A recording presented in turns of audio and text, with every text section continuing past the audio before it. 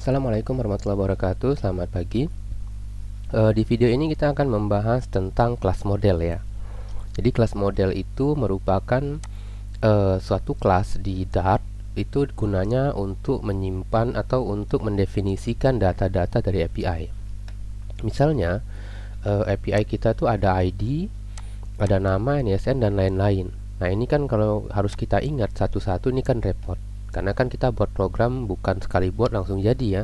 Bisa saja nanti besok kita coba lagi. Kita mesti ingat lagi, oh ada kolom nama, ada kolom tagihan. Nah ini cukup merepotkan.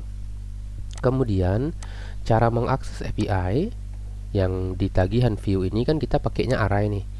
Nah sama ini juga rentan salah ya, misalnya nama name misalnya.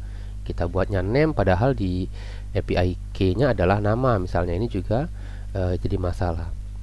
Maka dari itu kita butuh sebuah kelas ya, di mana kelas tersebut nanti akan mendefinisikan semua key dari API-nya atau semua data dari API-nya. Oke, saya langsung saja. Kita akan buat kelasnya di folder lib app kemudian data. Di sini kita akan buat namanya tagihan underscore model. Lalu kita definisikan apa saja data-data API ini, ID, nama. Kita buat di sini string ID, langsung saya kasih nilai default, kemudian nama, jenis, status, dan saya contohkan misalnya 4 ini dulu ya, 4 ini dulu, nanti yang lain kita coba juga. Kita coba yang pakai generator kalau yang lain. Oke, kemudian kita akan buat konstruktornya. Kita akan buat metode konstruktor. Require maksudnya jadi semuanya wajib diisi. Yes, keempat data ini wajib diisi. Oke, udah selesai, simpan. Kemudian di tagihan controller, di sini list data saya komenin dulu. Kita buat perulangan for in var element in collection. Oke, jadi kita buat ini kan data ini kan isinya kan banyak ya. Isinya itu kan ada 1, 2 dan seterusnya. Nah, kita buat perulangan. Di dalam perulangannya baru kita buat kelas tagihan model. Oke, tagihan model sama dengan tagihan model. Oke, langsung diisi nilainya. Jadi kita isi nih ID-nya, namanya. Nah kemudian tagihan model inilah yang akan kita simpan ke dalam list data. Jadi list data titik add tagihan model seperti ini. Oke, nanti ada kode yang lebih simpel ya. Ini kan malah jadi panjang kodenya. Kita ini coba saja. Lalu berikutnya di tagihan view, kita tidak lagi mengakses data itu dari ini nih. Nah, nih. Tidak pakai var. Di sini kita bisa buat namanya tagihan model. Nah, gini dia.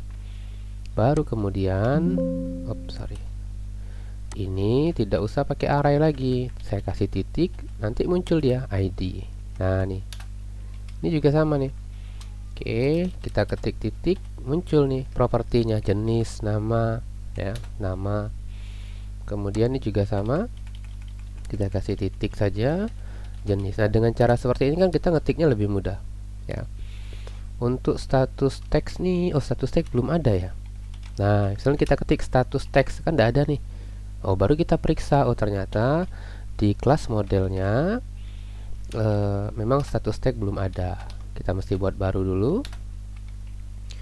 Namanya string status text sama dengan kosong. Kemudian dia require juga, wajib diisi juga. Oke. Karena di kelas modelnya berubah, berarti di sini juga harus berubah dia. Tambah lagi untuk status text-nya. Baru kemudian bisa diakses titik status text. Nah, dengan cara seperti ini tuh meminimalisir kesalahan ngoding kita. Kemudian dia katakan di sini list data. Oke, ini saya back dulu saja. Kita reload ya. Oke, kita coba nih. Ini harusnya tidak ada masalah. Kita coba reload. Kemudian kita coba klik tab tagihannya.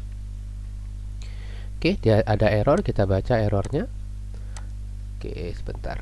Nah, ini dia nih. Tipe integer, tinggal klik saja. Nah, ID yang dari API itu tipenya adalah integer. Sementara ID kita ini tipenya adalah string. Maka di sini saya tambahkan toString. Jadi yang ID API-nya ngalah nih, dia harus berubah jadi string gitu.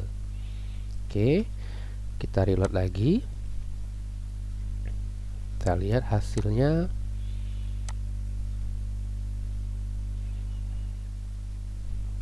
Kita klik tagihan. Nah, muncul error lagi nih. Kita lihat lagi, klik jalankan ini, nanti dia kelihatan errornya di bagian konsol. Dia bilang data itu was null ya. Oh enggak, nih errornya di main menu saya nih. Ini kayaknya API-nya kurang ada masalah. Oke, kita tunggu dulu nih. Kayaknya masalah internet saya kalau itu. Oke, ini udah muncul. Jadi seharusnya kita lebih mudah mengaksesnya, ya, mengakses datanya dari kelas model, ya. Jadi tidak lagi kita menggunakan array, tapi kita menggunakan model atau kelas, ya. Nah, sekarang kalau misalnya kita ngetik satu-satu kan lumayan capek ya. Kalau misalnya kita buat mana kelasnya tadi, tagihan model. Nah, ini kan kalau kita ketik satu-satu kan lumayan repot ya, apalagi kalau API-nya banyak. Nah, jadi kelas model itu sudah ada generatornya. Jadi tinggal cari di sini Dart kelas model generator, nanti muncul nih, ada banyak. Saya biasa pakai yang punya Javier ini. Oke. Cara pakainya tinggal copy saja respon API kita seperti apa. Ini misalnya saya copy sampai tutup bracketnya, pastekan di sini. Saya buat nama kelasnya adalah tagihan model. Kita generate, nanti codingnya udah jadi. Nah, ini contoh codingnya. Ini tinggal di copy. Oke. Kemudian buka tagihan modelnya, udah Ctrl A, Ctrl V. Selesai. Nah, karena dia nambahin nih from JSON, jadi kita tidak perlu lagi mendefinisikan satu-satu kayak gini. Nah, ini jadi lebih gampang. Saya contohkan, ini tidak perlu lagi. Nah, ini langsung gini nih. Tagihan model from JSON. Kemudian di sini, aduh, status tagnya kok error. Status text. Di tagihan model tuh harusnya, oh ini ya, status tagnya tuh tidak pakai underscore, saya yang salah. Harusnya status tinggal kontrol spasi muncul. Nah, gini. Jadi tidak perlu kita bolak-balik lihat API, karena kan kita udah definisiin semua, jadi tidak perlu lagi kita cek satu-satu. Oke, silakan di reload dulu. Karena semua fieldnya atau semua key API-nya sudah didefinisikan di kelas model, maka kita tidak perlu lagi menghafal ini satu-satu ya, seperti itu. Oke, tinggal kita coba, harusnya tidak ada masalah di program kita. Oke, ini udah muncul ya. Nah, sekarang lebih mudah nih, kita mau ngakses apa? Total tagihan misalnya di tagihan view. Misalnya kita lihat list view-nya itu. Ini nama tagihan, item status. Misalnya saya tambahin satu lagi di sini, total tagihan. Oke, total tagihan. Itu udah tinggal titik, muncul semua dia total tagihan rupiah atau apa. Nah, jadi dengan cara seperti ini kan kita lebih gampang nih mengakses API kita. Oke, jadi silahkan dicoba gunakan kelas model untuk mendefinisikan data-data yang ada di API. Ini juga sama, ini juga sebenarnya bisa, ini boleh kayak gini saja ya, atau misalnya kita pakai map juga bisa sebenarnya, tapi tidak apa-apa, biar ini saja juga udah simple kodenya. Oke, jadi nanti berikutnya API kita itu akan kita definisikan di kelas model, karena kita punya beberapa data, misalnya seperti siswa.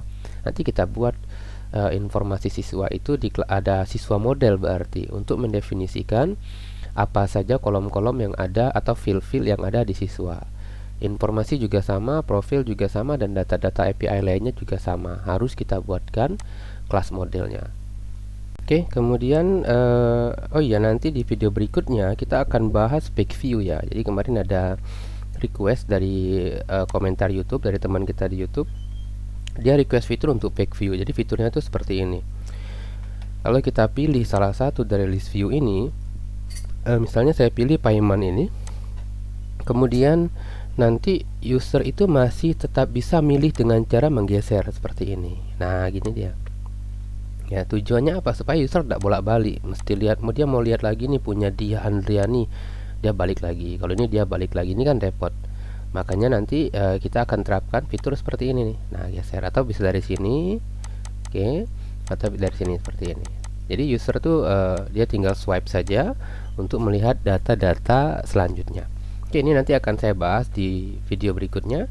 Untuk video ini saya cukupkan dulu. Assalamualaikum warahmatullahi wabarakatuh. Selamat pagi.